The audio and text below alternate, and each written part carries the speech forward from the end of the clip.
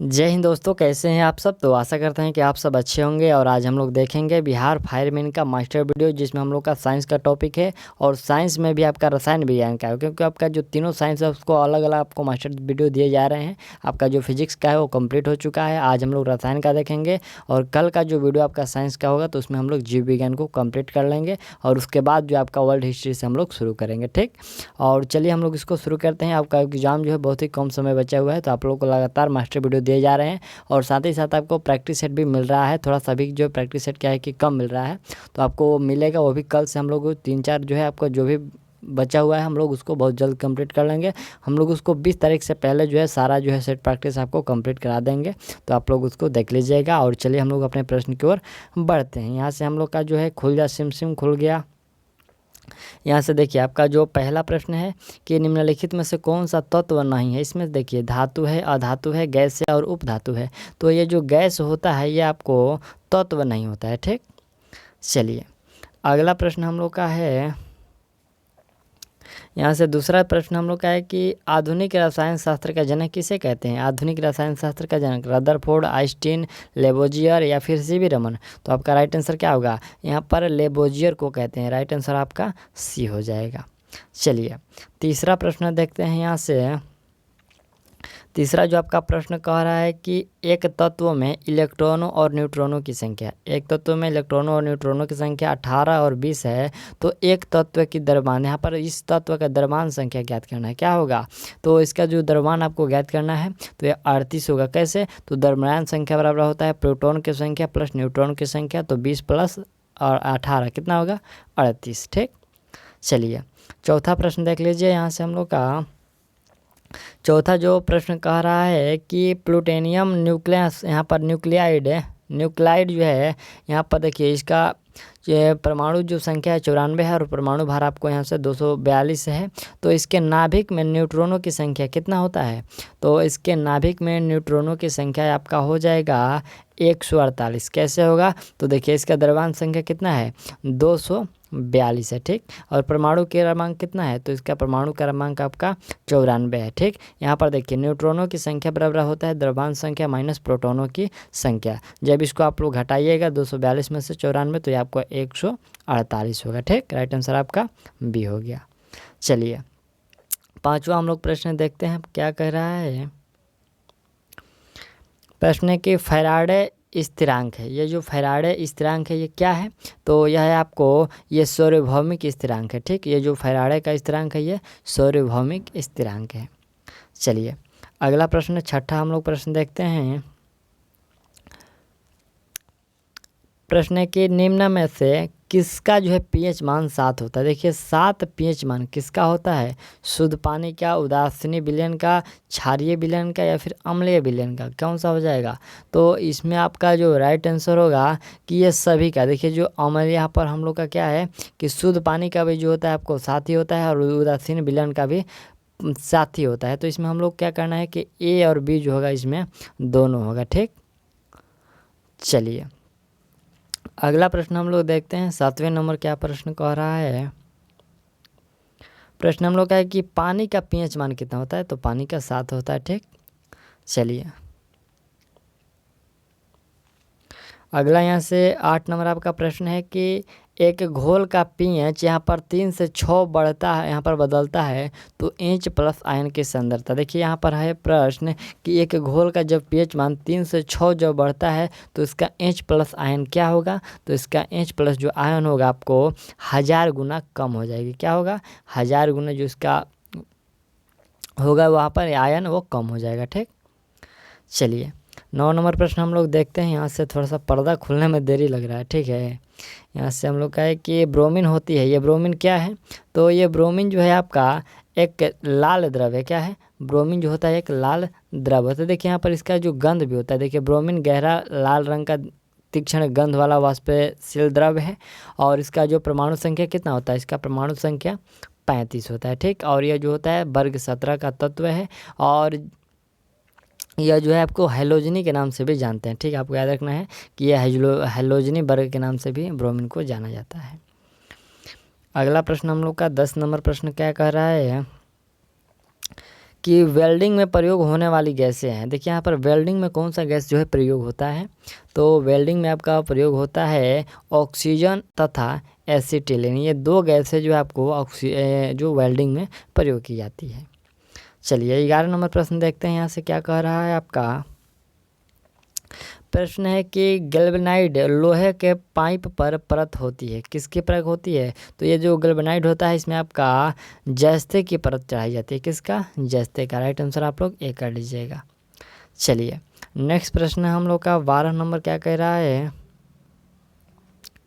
प्रश्न है कि कपड़े साफ करने में प्रयोग होने वाला डिटर्जेंट। देखिए कपड़े साफ करने में जो प्रयोग होने वाला डिटर्जेंट कौन सा है, तो आपका ये सल्फोनेट जो होता है ये आपको कपड़े साफ करने में प्रयोग किया जाता है। ठीक, चलिए 13 नंबर यहाँ से हम लोग का प्रश्न है।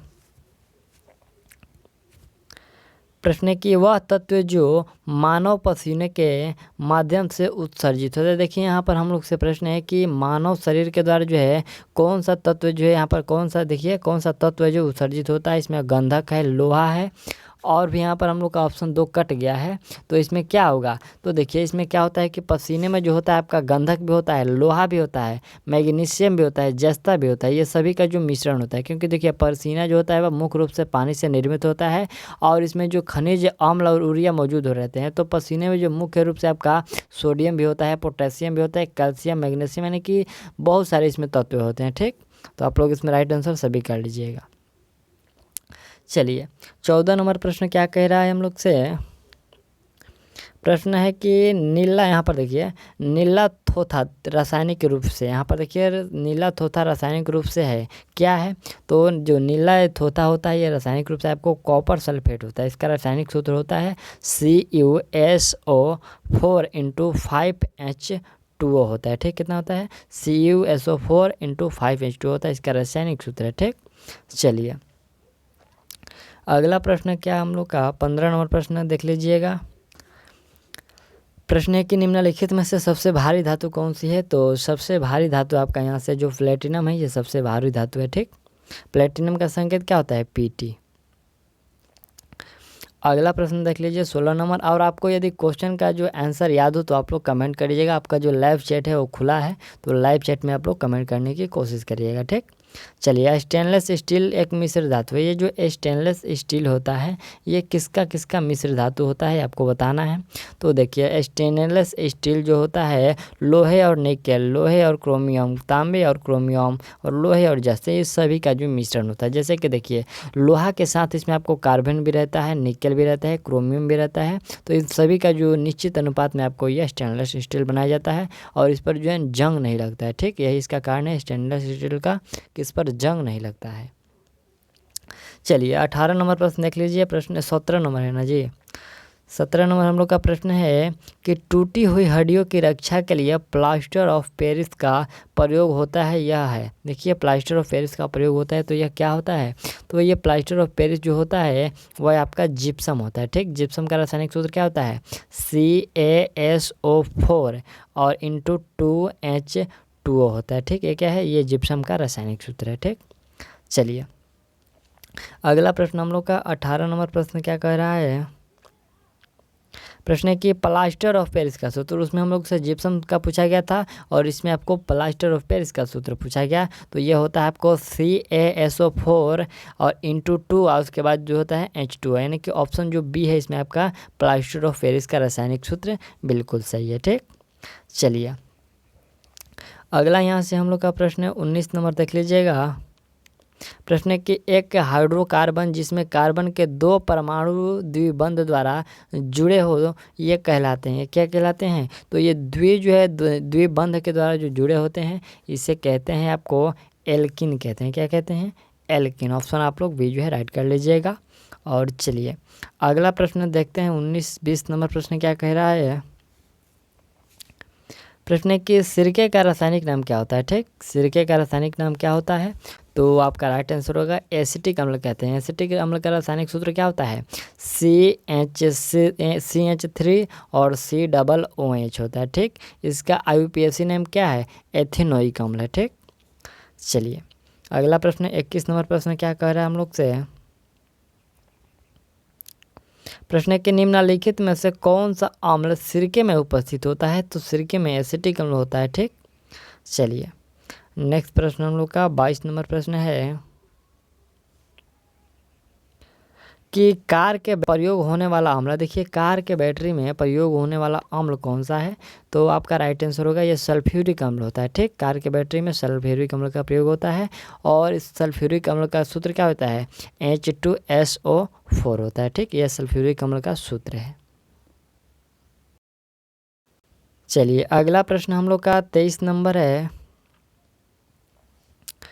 प्रश्न कह रहे हैं कि सोडा वाटर को यहाँ पर सोडा वाटर की बोतल खोलने पर निकलने वाली गैस, उसमें देखिए सोडा वाटर जब वो मान लीजिए कि स्प्राइट हो गया, कोको कोला हो गया, तो उसी को सोडा वाटर यहाँ पर कहा जा रहा है कि इसके बोतल खोलने से निकलने वाली गैस, तो इसमें हालांकि जो है कार्बन डाइऑक्साइड निकलता है। क्या होता है उसमें? आपको उच्च दाब पर कार्बन डाइऑक्साइड भरा रहता है। ठीक, चलिए 24 नंबर प्रश्न देख लीजिएगा।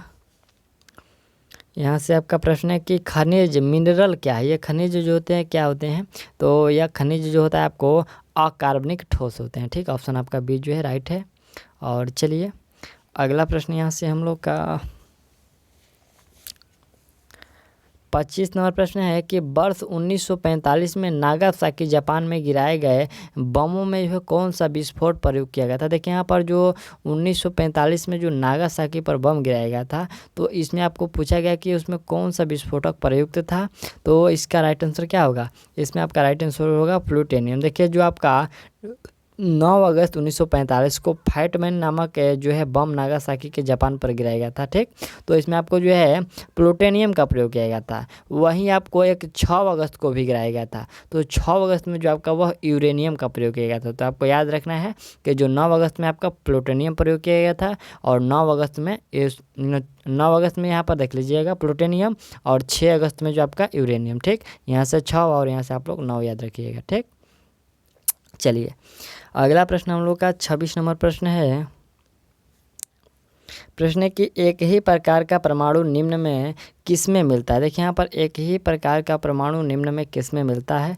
तो आपका राइट आंसर होगा प्राकृतिक तत्व में एक ही प्रकार के परमाणु मिलते हैं। ठीक,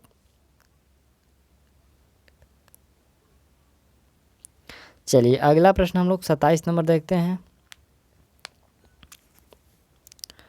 प्रश्न है कि सबसे अधिक क्रियाशील धातु कौन सी है? सबसे अधिक क्रियाशीलता की बात करना है तो कौन सी धातु होगा? यहाँ से देखिए जो आपका पोटेशियम है ये सबसे क्रियाशील धातु है। पोटेशियम के बाद आपका आता है सोडियम का नंबर, सोडियम के बाद आपको कैल्शियम आता है और कैल्शियम के बाद यहाँ से आपका आयरन यानी कि लोहा का आता है। ठीक, तो इसमें आप लोग देख लीजिएगा एक स्थान पर पोटेशियम, दूसरे पर सोडियम, तीसरे पर कैल्शियम और चौथे पर आयरन। चलिए अगला प्रश्न हम लोग का 28 नंबर प्रश्न क्या कह रहा है?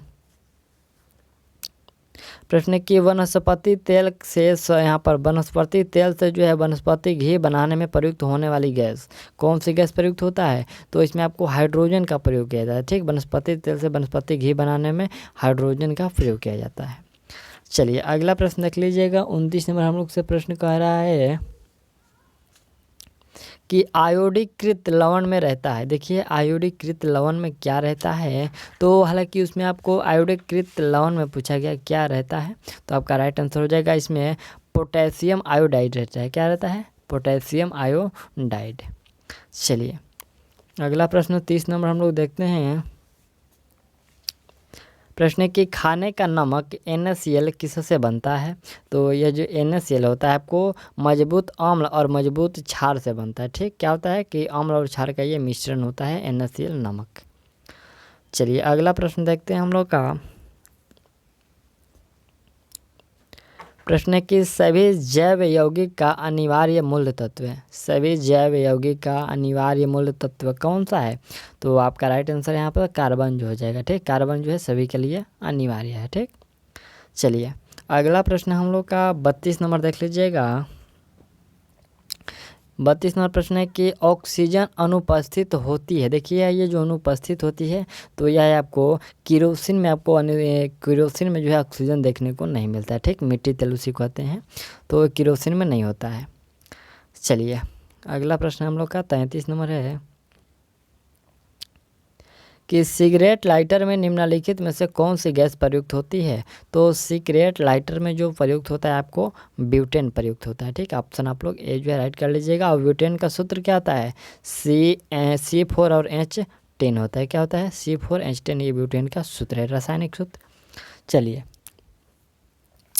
34 नंबर हम लोग से प्रश्न कह रहा है कि प्राकृतिक रबर किसका बहुलक है। प्राकृतिक रबर जो है यह किसका बहुलक है। तो आपका राइट आंसर होगा ये जो आइसोप्रीम का बहुलक होता है। ठीक, प्राकृतिक रबर क्या होता है, आइसोप्रीम का बहुलक होता है। चलिए अगला प्रश्न देख लीजिएगा। 35 नंबर प्रश्न क्या है, प्रश्न है कि टेफ्लॉन निम्नलिखित में से किस एकल, यहाँ पर देखिए एकलक का बहुलक है। ये जो टेफ्लॉन है निम्नलिखित में से किस एकलक का बहुलक है। तो यह जो बहुलक होता है आपको टेट्राफ्लोरेथीन का। ठीक है, यहाँ पर टेट्राफ्लोरोएथेन का जो है ये बहुलक होता है। और देखिए ये जो टेफ्लॉन होता है इसमें आपको ये क्या होता है कि ये जो बर्तन होते हैं उस पर आपको एक क्या बोलते हैं, उस पर परत चढ़ाया जाता है। ठीक, और इसका जो गलनांक होता है वह आपको 327 डिग्री सेल्सियस होता है। ठीक, इसका गलनांक कितना होता है, 327 डिग्री सेल्सियस होता है। और इसका जो विशेष रूप से मुख्य होता है बर्तनों पर जो है चिपकाने के लिए किया जाता है। ठीक, चलिए अगला प्रश्न हम लोग का 36 नंबर है यहाँ के। हालांकि इसमें हम लोग का जो सेट है इसमें आपका टोटल 70 प्रश्न देखने को मिलेगा। तो इसमें हम लोग आधा कंप्लीट कर लिए। और यहाँ से देख लीजिए बैकेलाइट निम्नलिखित के संघनन, यहाँ पर संघनन से बनता है। तो बैकेलाइट किसके संघनन से बनता है, यह बनता है आपका फिनॉन तथा यहाँ पर फॉर्मेल्डिहाइड के जो संघनन से ये आपका बैकेलाइट बनता है। ठीक, ऑप्शन आप लोग भी कर लीजिएगा। और चलिए अगला प्रश्न हम लोग का 37 नंबर है। प्रश्न है कि यहाँ पर देखिए ट्राइग्लिसराइड क्या है। ट्राइग्लिसराइड पूछा गया है कि क्या है। तो यह है आपका वसा है, फैट है। ट्राइग्लिसराइड क्या है, यह फैट वसा है। चलिए अगला प्रश्न हम लोग का 38 नंबर है। प्रश्न है कि पुलिस द्वारा नशे में गाड़ी चलाने वाले की सांस की जांच के लिए फीटर, यहाँ पर देखिए फीटर पेपर का क्या होता है। फीटर पेपर पर क्या होता है, तो उस देखिए जो फीटर पेपर पर होता है आपका वह पोटेशियम और डाइक्रोमेट का सल्फ्यूरिक अम्ल होता है। ठीक, पोटेशियम डाइक्रोमेट और सल्फ्यूरिक अम्ल होता है। देखिए जो ये पोटेशियम डाइक्रोमेट होता है तो इसका रंग लाल होता है। और जैसे ही वो आपको एल्कोहल के साथ अभिक्रिया करता है तो उसका रंग क्या होता है कि हरा हो जाता है। तो इसलिए उसको पता चल जाता है कि कौन शराब पिया है और कौन नहीं पिया हुआ है। ठीक, क्योंकि शराब में क्या होता है कि अल्कोहल होता है। चलिए अगला प्रश्न हम लोग का 38 नंबर प्रश्न, 39 नंबर है, 38 तो कंप्लीट हो गया।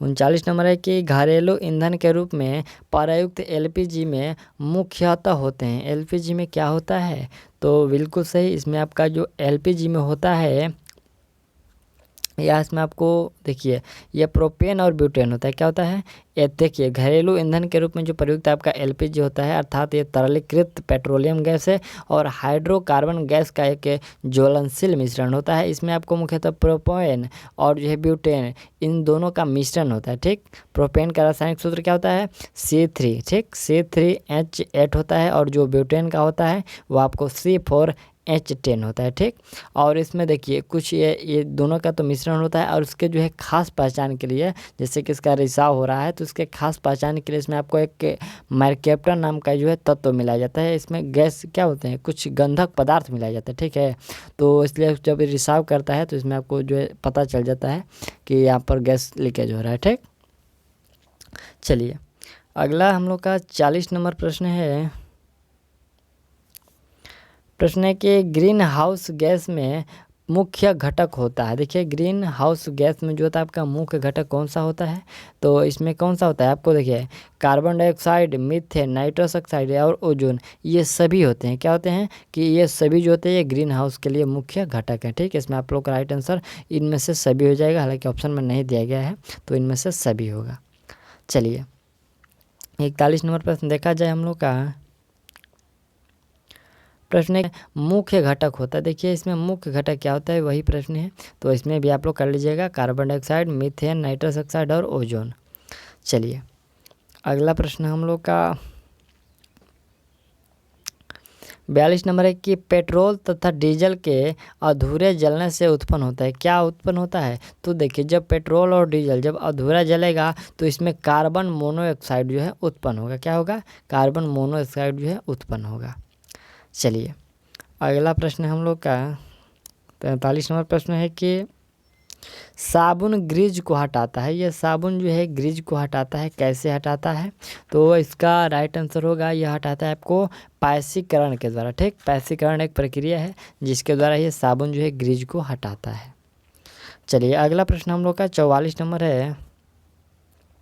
यहाँ पर आपको सुमिलित करना है। ठीक है, इसमें देख लीजिए 44 नंबर प्रश्न की सूची 1 को सूची 2 के साथ आपको सुमिलित करना है और सूचियों के नीचे दिए गए कूट की सहायता से आपको उत्तर देना है। ठीक है, तो इसमें देख लीजिए यहाँ पर एस्पार्टम है। देखिए एस्पार्टम है, तो एस्पार्टम जो होता है आपको ये कृत्रिम मधुरक होता है। क्या होता है? यह कृत्रिम मधुरक होता है। और दूसरे नंबर पर जो आपका फ्योन है, तो ये फ्योन आपको जो है एक प्रतिशक होता है। क्या होता है? एक प्रशीतक होता है, प्रतिशक नहीं, प्रशीतक होता है। और जो नियोप्रीन है, यह नियोप्रीन क्या है? तो एक संश्लेषित रबर है। ठीक, ऑप्शन ए हो जाएगा। और जो यहाँ पर बेनाड्रिल है, तो ये जो बेनाड्रिल होता है आपको यह यहाँ पर प्रतिहिस्टेमिन होता है। ठीक, तो ऑप्शन आपका यहाँ पर जो 4 वाला है, यह प्रतिहिस्टेमिन के साथ चला जाएगा। तो कुट भाषा में आपको देना है, कुट भाषा में ऑप्शन आप लोग यहाँ से सी वाले को दे सकते हैं। ठीक, चलिए नेक्स्ट प्रश्न हम लोग देखते हैं। 45 नंबर प्रश्न क्या कह रहा है? प्रश्न के निम्नलिखित में से किसकी मात्रा अम्ल वर्षा में सबसे अधिक होती है? देखिए, इसमें हम लोग से प्रश्न है कि किसकी जो मात्रा होती है अम्ल वर्षा में सबसे अधिक होती है। तो इसमें जो H2SO4 होता है, जिसको सल्फ्यूरिक अम्ल कहते हैं, इसकी मात्रा जो है अम्ल वर्षा में ज़्यादा होता है। ये जो देखिए, ये जो अम्ल वर्षा होता है तो सल्फ्यूरिक और नाइट्रिक अम्ल का जो ये मिश्रण होता है। हालांकि जो इसमें वर्षा में सल्फ्यूरिक अम्ल होता है जो कि H2SO4 होता है, इसकी मात्रा 70% होती है, इसलिए आपको इसी को मुख्य माना जाता है। यदि प्रश्न में पूछा जाए कि अम्ल वर्षा में सबसे अधिक होता है तो ये H2SO4 होता है। ठीक, चलिए अगला प्रश्न देखते हैं हम लोग। 46 नंबर प्रश्न क्या है?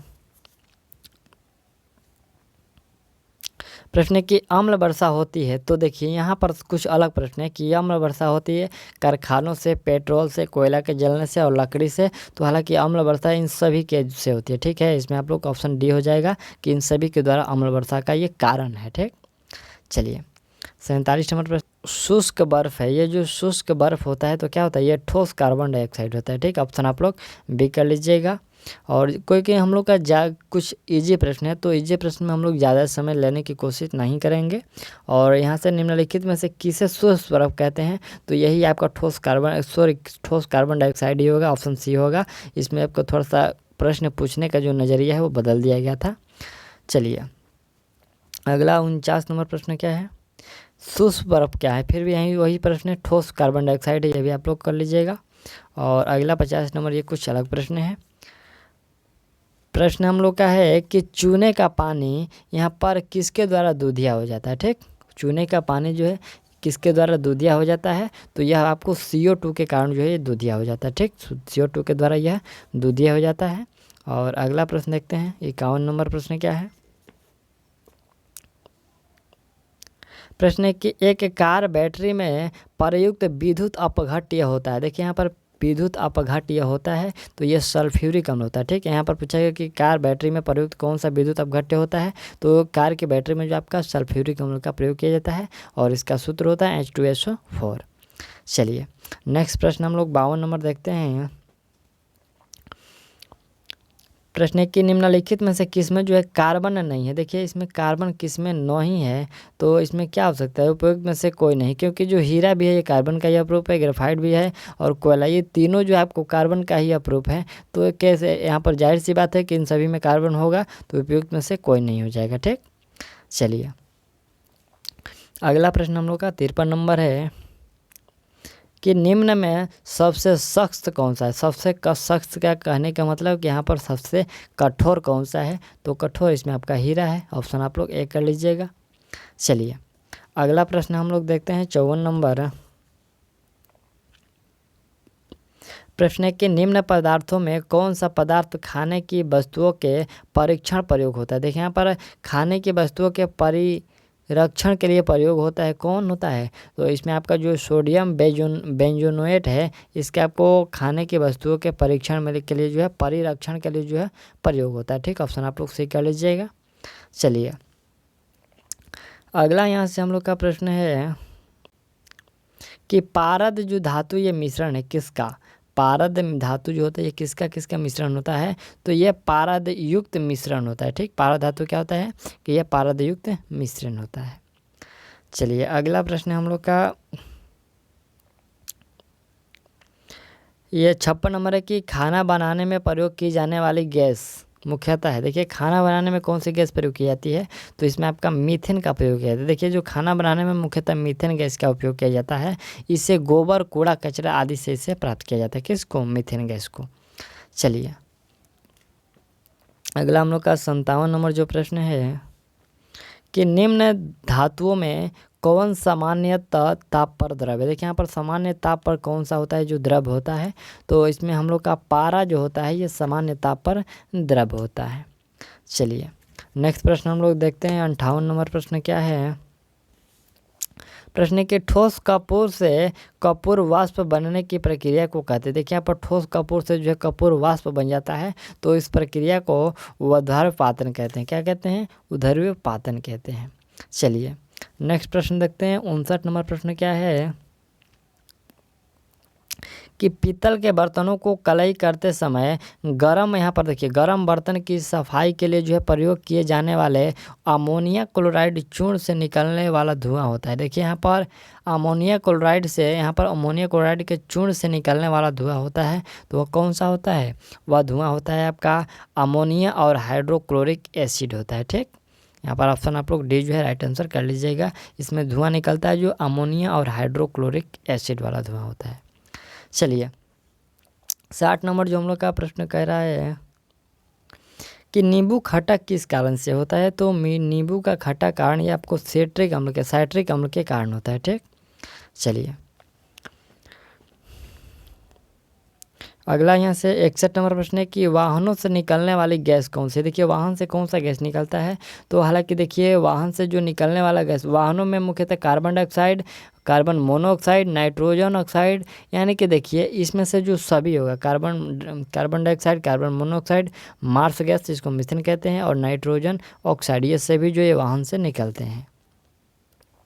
चलिए अगला प्रश्न हम लोग का 62 नंबर है। प्रश्न है कि स्टील को कठोरता प्रदान करने के लिए बढ़ाई जाती है। देखिए यहाँ पर स्टील जो होता है उसमें कठोरता यानी कि हार्ड को बढ़ाने के लिए उसमें किसका जो है मात्रा बढ़ाई जाती है? कार्बन का, मैग्नीज का, सिलिकॉन का या फिर क्रोमियम का? तो आपका राइट आंसर होगा उसमें आपको कार्बन की मात्रा बढ़ाई जाती है। कार्बन जितना ही अधिक होगा उसकी जो है कठोरता मजबूत होगा। चलिए अगला 63 नंबर हम लोग का प्रश्न है कि किस खनिज से जो है रेडियम प्राप्त किया जाता है? देखिए ये जो रेडियम है ये किससे प्राप्त किया जाता है?